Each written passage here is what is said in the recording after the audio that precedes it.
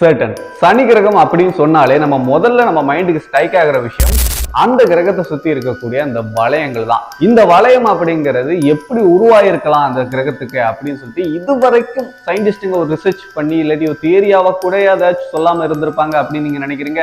கண்டிப்பா கிடையாது. சயின்டிஸ்டுங்க இந்த பிளானட்டோடைய அந்த ரிங் ஸ்ட்ரக்சர் எப்படி ஒரு காலகட்டத்தில் உருவாயிருக்கலாம் அப்படின்னு சொல்லிட்டு ஒரு தியரிட்டிக்கலா ஒரு கருத்தை முன் வைக்கிறாங்க. அப்படி எதை வச்சு அவங்க முடிவு பண்றாங்க அண்ட் அந்த கருத்துல அவங்க சொல்லக்கூடிய விஷயங்கள் என்ன அப்படிங்கறத எல்லாத்தையும் சேர்த்து இந்த சனி கிரகத்தை பத்தி, சேட்டன் பிளானட்டை பத்தி கூடுதலான சில இன்ஃபர்மேஷன் நான் இந்த வீடியோல உங்களுக்கு ஷேர் பண்றேன். வீடியோ கொஞ்சம் கூட ஸ்கிப் பண்ணாம அப் டு எண்ட் வரைக்கும் பாருங்க.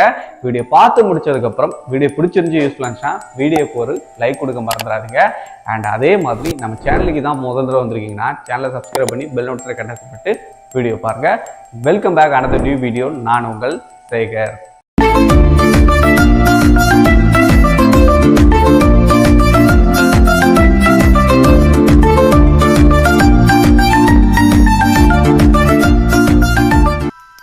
இரவு நேரத்தில் நம்ம சனி கிரகத்தை பார்க்கணும் அப்படின்னு சொல்லிட்டு டெலஸ்கோப்பை பயன்படுத்தி பார்க்குறோம் அப்படின்னா நம்மளால் அந்த பிளானட்டை மட்டும் இல்லை, அந்த பிளானட்டை சுற்றி இருக்கக்கூடிய அந்த ரிங் ஸ்ட்ரக்சர்னு சொல்லப்படக்கூடிய அந்த வளையத்தையும் பார்க்க முடியும். பார்க்கும்போது ஒரே ஒரு வளையம் மட்டும்தான் அந்த ரிங் ஸ்ட்ரக்சரோட அந்த பிளானட்டுக்கு இருக்குது அப்படிங்கிற மாதிரி ஒரு தோற்றம் தான் நமக்கு கொடுக்கும். ஆனால் உண்மையிலேயே சனி கிரகத்துக்கு மொத்தமாக 7 வளையங்கள் இருக்குது. அந்த 7 வளையங்களுடைய மொத்த நீளம் மட்டுமே 2,82,000 கிலோமீட்டருக்கு பறந்து விரிஞ்சிருக்கு. என்னதான் இந்த வளையம் அப்படிங்கிறது இவ்வளோ லென்த்தா பறந்து விரிஞ்சு இருந்தாலும் அதோடைய திக்னஸ் அப்படிங்கிறது 30 ஃபீட், அதாவது 10 மீட்டர் மட்டும்தான் அதோடைய திக்னஸ் அப்படிங்கிறது இருக்கு. இன்னும் உங்களுக்கு எளிமையா புரியுற மாதிரி அந்த ரிங் ஸ்ட்ரக்சரோடைய லென்த்தை உங்களுக்கு சொல்லணும் அப்படின்னா, இப்போ நம்ம பூமி இருக்குல்ல, நம்ம பூமி மாதிரி மொத்தமாக 3 பூமியை காப்பி பண்ணி எடுத்துப்போம். அந்த 3 பூமியையும் அந்த ரிங் ஸ்ட்ரக்சருக்குள்ள போட்டு மொத்தமாக அடைச்சி வச்சிடலாம். அவ்வளோ லென்த்துக்கு அது பறந்து விரிஞ்சிருக்கு. அப்போ நீங்களே கொஞ்சம் கற்பனை பண்ணி பாருங்களேன், ரிங் ஸ்ட்ரக்சர் மட்டுமே இவ்வளோ பெருசு இருக்குன்னா அந்த ரிங் ஸ்ட்ரக்சரோட சேர்த்து அந்த ஒட்டுமொத்த சர்டன் பிளானட்டும் எவ்வளவு பெருசு இருக்கும், எவ்வளவு பிரம்மாண்டமா இருக்கும்னு. இதை தாண்டி நம்மள பல பேருக்கு இந்த வளையத்தை பத்தின சின்ன புரிதல் என்ன மாதிரி இருக்குன்னா, இந்த வளையம் அப்படிங்கிறது கண்டிப்பா ஐஸ் பார்ட்டிகளால் நிறைஞ்சிருக்கக்கூடிய ஒரு விஷயமா தான் இருக்கும் அப்படின்னு நினைச்சிட்டு இருக்கோம். நீங்க நினைக்கிறதுல தப்பு இல்லை, ஆனா அதுல 50% தான் சரின்னு சொல்லணும். ஏன்னா இந்த சனி கிரகத்தோட வளையத்துல ஐஸ் பார்ட்டிகல்ஸ் இருக்கு, ஆனா ஐஸ் பார்ட்டிகல்ஸ் மட்டும் தான் இருக்குன்னு சொல்ல முடியாது. அது கூடவே சின்ன சின்ன பாறைகளும் இருக்கத்தான் செய்யுது. அதுக்குன்னு ரொம்ப சின்ன சைஸ்ல இருக்கக்கூடிய பாறைகள்லாம் சொல்ல முடியாது. சுமார் 10 மீட்டர்ல ஆரம்பிச்சு 20-30 மீட்டர்ல இருந்து 50 மீட்டர் வரைக்கும் இருக்கக்கூடிய பாறைகளும் இருக்கத்தான் செய்யுது. அது எல்லாமே அந்த சனி கிரகத்தோட ஈர்ப்பு விசை கட்டுப்பட்டு ஒரு வளைய மாதிரியான ஸ்ட்ரக்சரோட அந்த வளையத்தோட சேர்ந்து சுத்திக்கிட்டு தான் இருக்கு. இந்த வளையம் மட்டும் சனி கிரகத்தோட ஈர்ப்பு விசை கட்டுப்பட்டு அதை சுத்தி வந்துட்டு இருக்கல, அது கூடவே சேர்ந்து 146 நிலவுகள் சுத்தி வந்துட்டு இருக்கு. இதுவரைக்கும் ஆராய்ச்சி பண்ணி அவ்வளவு நிலவுகள் இருக்குன்னு நம்ம கண்டுபிடிச்சிருக்கோம். அதை தாண்டி எதிர்காலத்தில் இன்னும் சில நிலவுகளை கண்டுபிடிக்கிறதுக்கும் வாய்ப்புகள் இருக்கத்தான் செய்து. இந்த நிலவுகள்லேயே சேட்டனுக்கு இருக்கக்கூடிய நிலவுகள்லேயே ரொம்ப புகழ்பெற்ற நிலவுகள் அப்படின்னு எடுத்துக்கிட்டா ஒரு 2 நிலவை சொல்லலாம். ஒன்று டைட்டன் அப்படின்னு சொல்லப்படக்கூடிய ஒரு நிலவும், இன்னொன்று பார்த்தீங்கன்னா என்சிலடர்ஸ் அப்படின்னு சொல்லப்படக்கூடிய ஒரு நிலவு. பட் இந்த டைட்டன் நிலவை பற்றி ஒரே ஒரு விஷயம் நான் சொல்லியே ஆகணும். இந்த டைட்டன் நிலவு தான் நம்ம சூரிய குடும்பத்தோடைய 2வது மிகப்பெரிய ஒரு நிலவாக இருக்கு. அப்போ முதல் நிலவு எதுடா அப்படின்னு கேட்டிங்கன்னா நம்ம கேனிமேட் அப்படின்னு சொல்லப்படக்கூடிய அந்த நிலவு தான் நம்ம சூரிய குடும்பத்தோடைய one of the largest moon அப்படிங்கிற பேருக்கு சொந்தமா இருக்கு. நம்ம கேனிமேட் அப்படியே கொஞ்சம் ஓரமா வச்சுட்டு நம்ம டைட்டன் பக்கம் திரும்ப பார்த்தா இந்த டைட்டன் நிலவை ஸ்பெஷலா காட்டக்கூடிய ஒரு விஷயம் என்னன்னா, நம்ம சோலார் சிஸ்டத்திலேயே 2வது மிகப்பெரிய நிலவு அப்படிங்கிற பேரையும் தாண்டி அந்த நிலவுல தான் இருக்கிறதுலே நம்ம பூமி மாதிரியே அந்த வளிமண்டலம் அப்படின்னு சொல்லப்படக்கூடிய அட்மாஸ்பியர் இருக்கக்கூடிய ஒரு நிலவா நம்ம இந்த டைட்டன் நிலவை தான் கண்டுபிடிச்சிருக்கோம் ஆராய்ச்சி பண்ணி. அதுக்குன்னு அட்மாஸ்பியர் நம்ம பூமி மாதிரி இருக்கக்கூடிய கார்பன் டை ஆக்சைடு, ஆக்சிஜன் இந்த மாதிரியான விஷயங்கள் வாயு நிறைஞ்ச ஒரு அட்மாஸ்பியரா இருக்குமான்னு கேட்டீங்கன்னா கண்டிப்பா கிடையாது. அந்த டைட்டன் நிலவில் இருக்கக்கூடிய அட்மாஸ்பியர்ல இருக்கக்கூடிய வாயுக்கள் எடுத்துக்கிட்டா நைட்ரஜன் 95%, 3% மீத்தேன் இருக்கு. அதுக்கப்புறம் ரொம்ப கொடிய வாயுக்களா கருதப்படக்கூடிய சைனைடு, சல்பைடு இந்த மாதிரியான வாயுக்களும் இருக்கு. Oxygen and carbon di oxide இந்த மாதிரியான வாயுக்களும் இருக்கு. ஆனா ரொம்ப ரொம்ப கம்மியான அளவுல இருக்கு. என்னடா நீ சேட்டனுடைய ரிங்கை பத்தி சொல்றேன்னு சொல்லிட்டு டைட்டன் நிலவை பத்தி சொல்லிட்டு இருக்க, வீடியோ லென்த்தை கூட்டுறதுக்காக சும்மா எதாச்சும் பேசுன்னு சொல்லிட்டு பேசிட்டு இருக்கியா அப்படின்னு நீங்க நினைக்கலாம். பட் நான் அதை நினைச்சு எதுவுமே சொல்லல. எந்த ஒரு இன்ஃபர்மேஷனாக இருந்தாலும் கண்டிப்பாக அதில் ஒரு வேல்யூவோட நல்ல ஒரு யூஸ்ஃபுல்லாக இருக்கிற மாதிரி இருக்கணும். ஸோ அதனால தான் டைட்டன் நிலவு நம்ம சேட்டனுடைய நிலவாக இருக்குது. அதுவும் இவ்வளோ ஸ்பெஷலான சில விஷயங்கள் இருக்கக்கூடிய நிலவாக இருக்கும் போது அதை பற்றி பேசாமல் இருக்க முடியுமா? சரி, நான் நேரத்தை கடத்தாமல் நேராக சேட்டனுடைய அந்த ரிங் ஸ்ட்ரக்சர் எப்படி ஃபார்ம் ஆச்சு அப்படிங்கிறத உங்களுக்கு எக்ஸ்பிளைன் பண்ணுறேன். பல வருஷமாக இந்த சனி கிரகத்தை பற்றி ஆராய்ச்சி பண்ணிக்கிட்டு இருந்த ஆராய்ச்சியாளர்களுக்கு இந்த சனி கிரகத்தோடைய ரிங் அப்படிங்கிறது எந்த காலகட்டத்தில் ஃபார்ம் ஆகிருக்கலாம் அப்படின்னு சொல்லிட்டு ஆராய்ச்சியை முன்னெடுத்தாங்க. அதுக்கு பல தியரிகள், பல எக்ஸ்பர்ட்டுகள் என்னதான் முன் வச்சாலும் எல்லா சயின்டிஸ்டுகளாலையும் ஏற்றுக்கொள்ளப்பட்ட ஒரு விஷயம் என்ன அப்படின்னா, கிட்டத்தட்ட 10 லட்சம் வருஷத்துக்கு முன்னாடி, அதாவது 1 மில்லியன் வருஷங்களுக்கு முன்னாடி நம்ம சனி கிரகத்துக்கு எந்த ஒரு வளையமும் இல்லாமல் தான் இருந்திருக்கு.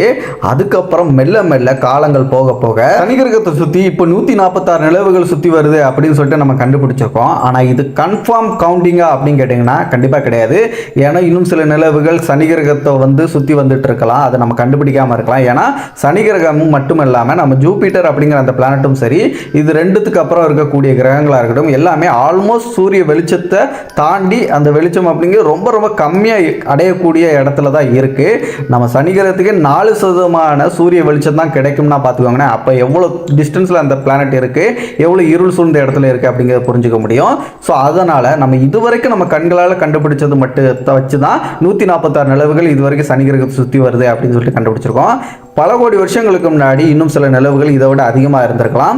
ஸோ அப்படி இருந்த நிலவுகளில் ஒன்று சுமார் 400 கிலோமீட்டர் விட்டம் இருக்கக்கூடிய ஒரு பிரம்மாண்டமான ஒரு நிலவு அப்படிங்கிறது இந்த சனி கிரகத்துக்கு அருகில் மெதுவாக கொஞ்சம் கொஞ்சமாக வந்திருக்கு. ஒரு கட்டத்தில் நெருக்கமாக க்ளோஸ் அப்ரோச்சரில் வந்ததுக்கு அப்புறம் அந்த சனி கிரகத்தோடைய அதீத ஈர்ப்பு விசையின் காரணமாக அந்த நிலவு அப்படிங்கிறது கொஞ்சம் கொஞ்சமாக உடைய ஆரம்பிச்சிருக்கு. தூள் தூளா சின்ன சின்ன பீசஸாக ஆக ஆரம்பிச்சிருக்கு. அந்த நிலவு கூட எந்த மாதிரி இருந்திருக்கலாம் அப்படின்னு சொல்லிட்டு சயின்டிஸ்டுங்க அந்த ரிசர்ச் மூலமாக, அந்த தேரி மூலமாக சொல்கிறாங்கன்னா, அந்த நிலவில் ஐஸால் கவர் செய்யப்பட்டிருக்கக்கூடிய ஒரு நிலவாக இருந்திருக்கணும். ப்ளஸ் பாறைகள் இருக்கக்கூடிய ஒரு நிலப்பகுதி இருக்கக்கூடிய ஒரு நிலவாக இருந்திருக்கும். ஸோ அது ஈர்ப்பு விசைக்குள்ளே நுழையும் போது சனி கிரகத்தோட அதீத ஈர்ப்பு விசை காரணமாக கொஞ்சம் கொஞ்சமாக அந்த நிலவு உடைய ஆரம்பித்து பீஸ் ஆகி முதல்ல சனி கிரகத்தோடைய ஒரு பக்கத்தில் தான் அந்த பீசஸ் எல்லாமே கவராக ஆரம்பிச்சிருக்கு.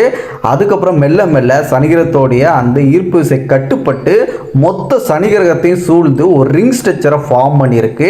ஆரம்பத்தில் ஒரு பெரிய ஒரு புழுதி படலம் மாதிரி அந்த சனி கிரகத்தை சுற்றி இருந்திருக்கலாம். மெல்ல மெல்ல அந்த சின்ன சின்ன துகள்கள் எல்லாமே சேட்டன் பிளானட்டை விட்டு கொஞ்சம் விலகி இருக்கிற மாதிரியும், பெரிய பெரிய டஸ்ட் பார்ட்டிகல்ஸ் எல்லாமே சனி கிரகத்துக்கு கொஞ்சம் அருகில் இருக்கிற மாதிரி ரிங் ஸ்ட்ரக்சராக ஃபார்ம் ஆகி சுத்த ஆரம்பிச்சிருக்கலாம் அப்படின்னு சொல்கிறாங்க.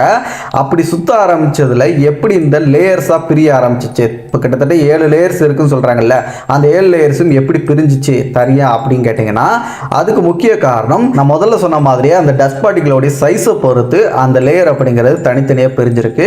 இன்னொரு காரணமும் இருக்கு. இந்த சனி கிரகத்தோட வளையத்துக்குள்ளேயே ஒரு நிலவு சுற்றி வந்துட்டு இருக்கு. என்னதான் அந்த வளையத்துக்குள்ள அந்த நிலவு இருந்தாலும் அதோட சுற்றுவட்ட பாதையை கிளீனா வச்சுக்கிட்டு இருந்திருக்கு. எந்த அளவுக்கு கிளியரானா, இப்போ நீங்க பார்க்கக்கூடிய இந்த ஃபுட்டேஜ் அப்படிங்கிறது கசினி ஃபேஸ் கிராஃப்ட் நாசா அனுப்புனாங்கல்ல இந்த சனி கிரகத்தையும் அதோட நிலவையும் ஆராய்ச்சி பண்றதுக்காக, அந்த கசினி ஃபேஸ் கிராஃப்ட் எடுத்த புகைப்படம் தான் இது. இந்த புகைப்படத்தில் அந்த இடத்துல மையத்தில் ஏதோ கருப்பு கலர் ஏதோ ஒன்று இருக்கிற மாதிரி இருக்குல்ல அந்த வளையத்துக்குள்ள, அது வேற ஒன்றும் இல்லை, சனி கிரகத்தோட ஒரு நிலவு தான். இந்த நிலவு கரெக்டாக அதோட சுற்றுவட்ட பாதையை கிளீனாக வச்சுக்கிட்டு அந்த வளையத்தை அந்த ஈர்ப்பு விசை மூலமாக, அந்த நிலவோட ஈர்ப்பு விசை மூலமாக ரெண்டாக செப்பரேட்டாக பிரித்து வச்சுக்கிட்டு எவ்வளோ அழகாக சுற்றுதுன்னு பாருங்க. அந்த அளவுக்கு கிளீனாக இதோடைய சுற்றுவட்ட பாதையை வச்சுக்கிட்டு அந்த சனி கிரகத்தோட வளையத்துக்குள்ள இருந்தே சுற்றி வந்துட்டு இருக்கு. கசினி எடுத்து இந்த புகைப்படத்தை பார்க்கறதுக்கே உண்மையிலே ரொம்ப பிரமிக்க வைக்கக்கூடிய அளவுக்கு, ஆச்சரியப்படுத்தக்கூடிய அளவுக்கு இருக்கக்கூடிய ஒரு புகைப்படம்னு சொல்லலாம். என்னதான் சனி கிரகத்தோட வளையம் அப்படிங்கிறது 10 லட்சம் வருஷங்களுக்கு முன்னாடி உருவாயிருந்தாலும் இன்னும் எத்தனை கோடி வருஷங்களுக்கு இந்த வளையம் அப்படிங்கிறது இருக்கும் அப்படிங்கிறத நம்மளால உறுதியாக சொல்ல முடியாது. நம்ம இருக்கிற வரைக்கும், நம்ம பூமி இருக்கிற வரைக்கும் இருக்க எல்லா மனிதர்களும் இந்த சனி கிரகத்தோட வளையத்தையும் அந்த சனி கிரகத்தையும் பார்த்து ரசிக்கிறது கிடைக்கக்கூடியது ஒரு மிகப்பெரிய ஒரு வரம் தான் நான் சொல்லுவேன். இந்த இடத்துல ஒரு கேள்வி சில பேருக்கு வரலாம், சனி கிரகத்துக்கு மட்டும்தான் நம்ம சோலார் சிஸ்டத்தில் இருக்கக்கூடிய பிளானட்லேயே வளையம் இருக்குதா அப்படின்னு கேட்டால் கண்டிப்பாக கிடையாது. நம்ம சனி கிரகத்தை தாண்டி அதுக்கு முன்னாடி இருக்கக்கூடிய ஜூபிட்டராக இருக்கட்டும், யுரேனஸாக இருக்கட்டும், நெப்டியூனாக இருக்கட்டும், இது எல்லாத்துக்குமே வளையம் இருக்குது. ஆனால் டெலஸ்கோப்பை பயன்படுத்தி நம்ம பார்த்தா கண்டிப்பாக அந்த வளையம் அப்படிங்கிறது நம்மளுக்கு தெரியாது. ஏன்னா அந்த வளையங்கள் சனி கிரகத்துக்கு இருக்கக்கூடிய வளையங்கள் மாதிரி கிடையாது. சனி கிரகத்தில் இருக்கக்கூடிய வளையங்கள் பெரிய பெரிய பாறைகளாலையும் டஸ்ட் பார்ட்டிகல்ஸாலையும் அதே நேரத்தில் ஐஸ் பார்ட்டிகல்ஸால ஆன ஒரு வளையமாக இருக்குது. ஆனால் ஜூபிட்டர், யுரேனஸ், நெப்டியூனுக்கு இருக்கக்கூடிய எல்லா வளையங்களுமே சின்ன சின்ன ரொம்பவும் சிறுசாக இருக்கக்கூடிய மைல்டூட்டாக இருக்கக்கூடிய டஸ்ட் பார்ட்டிகல்ஸாலையும் ஐஸ் பார்ட்டிகல்ஸாலும் ஆன வளையங்களாக இருக்கிறதுனால அதை நம்மளால் டெலஸ்கோப்பை பயன்படுத்தினாலும் பார்க்க முடியாது அப்படிங்கிறது உண்மை. ஆனால் வளையம் அந்த கிரகங்களுக்கும் இருக்குது. இன்னும் சொல்ல போனால் நம்ம சர்டன் பிளானட்டுக்கு இப்போ எப்படி வளையம் இருக்கோ அதே மாதிரி ஒரு காலகட்டத்தில் நம்ம பூமிக்கும் வளையம் இருந்திருக்கலாம் அப்படிங்கிற ஒரு தியரி பல சயின்டிஸ்டால் முன்வைக்கப்படுது. அப்படி நம்ம பூமிக்கு ஒரு காலகட்டத்தில் எப்படி வளையம் இருந்திருக்கு அப்படின்னு சொல்லிட்டு ஒரு தியரியா சயின்டிஸ்டுங்க சொல்றாங்க அப்படிங்கிறதையும், நம்ம பூமிக்கு ரிங் ஸ்ட்ரக்சர் இருந்தால் நம்ம பூமியிலேருந்து பார்க்கறதுக்கும் நம்ம பூமியோடைய செயல்பாடுகளும் என்ன மாதிரி இருக்கும் அப்படிங்கிறத தெரிஞ்சுக்கிறதுல ஆர்வமாக இருக்கீங்கன்னா இந்த வீடியோட கமெண்ட்ல எர்த் ரிங் அப்படின்னு சொல்லிட்டு கமெண்ட் பண்ணுங்க. எத்தனை பேர் கமெண்ட் பண்ணுறீங்கன்னு பொறுத்து அந்த வீடியோ நான் கூடிய சீக்கிரத்தில் மேக் பண்ணுறேன். ஸோ இந்த வீடியோ கண்டிப்பாக உங்களுக்கு யூஸ்ஃபுல்லாக இருந்திருக்கும் நம்புறேன். சேட்டனை பற்றியும் சேட்டனுடைய டைட்டன் பற்றியும் அந்த ரிங் ஸ்ட்ரக்சரை பற்றியும் என்னால் முடிஞ்ச அளவுக்கு உங்களுக்கு ஈஸியாக புரியுற மாதிரி எக்ஸ்பிளைன் பண்ணியிருப்பேன்னு நினைக்கிறேன். ஸோ வீடியோ பிடிச்சிருந்துச்சுன்னா இப்போ கூட வீடியோக்கு லைக் கொடுக்கலாம். ஜஸ்ட் லைக் கொடுத்துருங்க. நீங்கள் கொடுக்குற லைக் மூலமாக தான் எனக்கு அடுத்தடுத்த வீடியோஸ் போட்டிருக்கும் மோட்டிவாக இருக்கும். மற்ற வீடியோஸை பார்க்கணும்னு ஆசைப்பட்டீங்கன்னா மேலே ஐக்கான் லிங்க் கொடுத்துருக்கேன், செக் பண்ணிக்கோங்க. இதேமாதிரி தொடர்ந்து நல்ல தகவலை தெரிஞ்சுக்கிறதுக்கு நம்ம சேகர் விஷயம் சேனலில் இன்னும் கூட சப்ஸ்கிரைப் பண்ணால் ஜஸ்ட் சப்ஸ்கிரைப் பண்ணி பெல் நோட்டிஃபிகேஷன் டச் பண்ணிட்டு டெய்லி வரக்கூடிய வீடியோஸ் எல்லாத்தையும் மிஸ் பண்ணால் பாருங்கள்.